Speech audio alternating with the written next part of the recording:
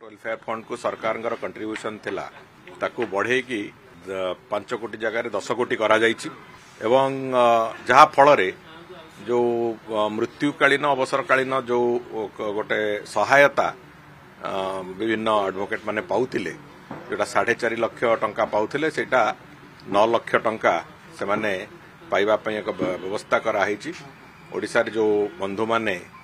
Legal profession को एक noble profession हिसाब रे तांकर निजर कैरियर हिसाब रे तैयारी करचंती सेमानकर जो माने असुविधा रे अछंती सेमानकु जेमिति सहायता दबा पई सेमानक सहित ठिया हवा पई सरकार निष्पत्ति नेले एवं से निष्पत्ति को माननीय मुख्यमंत्री अनुमोदन देले से मुख्यमंत्री को आमर धन्यवाद एवं जो भली भाव में राज्य सरकार ये जो जनकल्याणकारी योजना गुड़िक करुचंती विभिन्न वर्गर विभिन्न फ्राटर्निटीर लोक मानक संगे ठिया हवा लोकंक सरकार भाव में निजक प्रतिपादित करने जो प्रक्रिया राज्य सरकार करुचंती निश्चित भाव में ये तार गोटे अंश विशेष कहले अत्युक्ति हम ना तेणुक जो एडवोकेट बंधु माने जो माने लीगल प्रोफेशन अच्छी आम आश्योर करने चाहूँ सरकार तरफ जे सेमानक सहित आम सब बेले अच्छु एवं तांकर भलरे मंदरे ठिया हवा सरकार सब बेले निजक प्रस्तुत रखिछंती। देखो आधार जहाँ थाए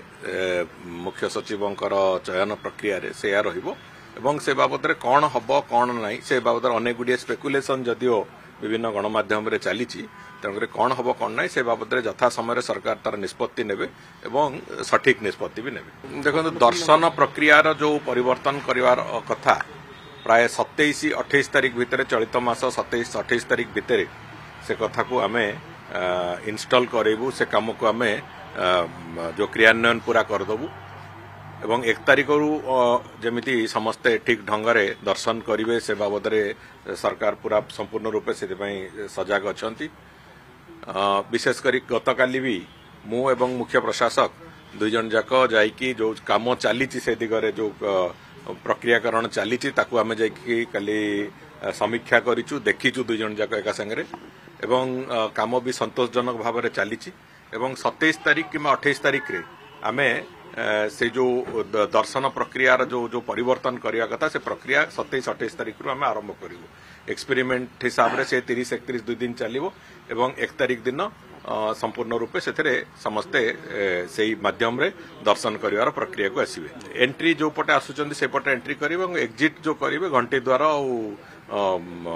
आर द्वारटी 2टी द्वार गारद द्वार ये 2टी द्वार से माने एग्जिट करेंगे 7 पाहाच देकी आसीबे दर्शन सारिकी घंटी द्वार और गारद द्वार देकी से माने बाहर को बाहरिबे एभली एक व्यवस्था होची एवं महिला मानक पई भी सेठी केमति सुगम हबो दर्शन करिवा पिला मानक पई केमति सुगम हबो एवं विशेष करिकी जो माने अति वयस्क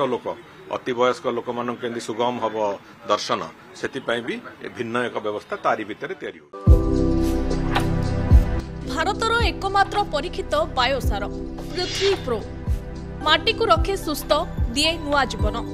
धान पनीपरिबा और डाली जातीय फसल पाई लाभदायक अमल बढ़ाए रोग कमाए आज ही जमी रे प्रयोग करंतु जोगाजोग पाई 9937054201 नंबर को डायल करंतु। आम सह जोड़ी हेबा पाई आमकु लाइक फॉलो और सब्सक्राइब करंतु। अधिक अपडेट पाई विजिट करंतु आम वेबसाइट thequiver.in।